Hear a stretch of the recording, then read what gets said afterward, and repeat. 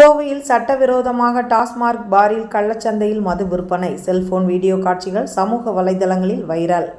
கோவை மாவட்டம் அன்னூர் காவல் நிலையத்திற்குட்பட்ட தேவம்பாளையம் பகுதியில் கடை எண் 1637 என்ற அரசு அனுமதி பெற்ற டாஸ்மாக் பார் இயங்கி வருகிறது.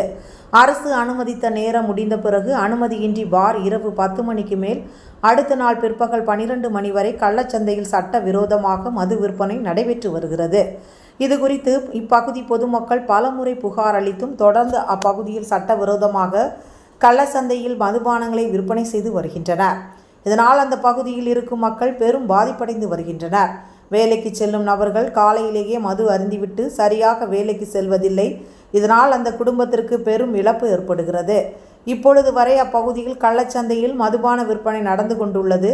அதனை அங்கு சென்ற ஒருவர் தனது செல்போனில் வீடியோ பதிவு செய்துள்ளார். அந்த வீடியோ காட்சிகள் தற்பொழுது சமூக வலைதளங்களில் வைரலாகி வருகிறது.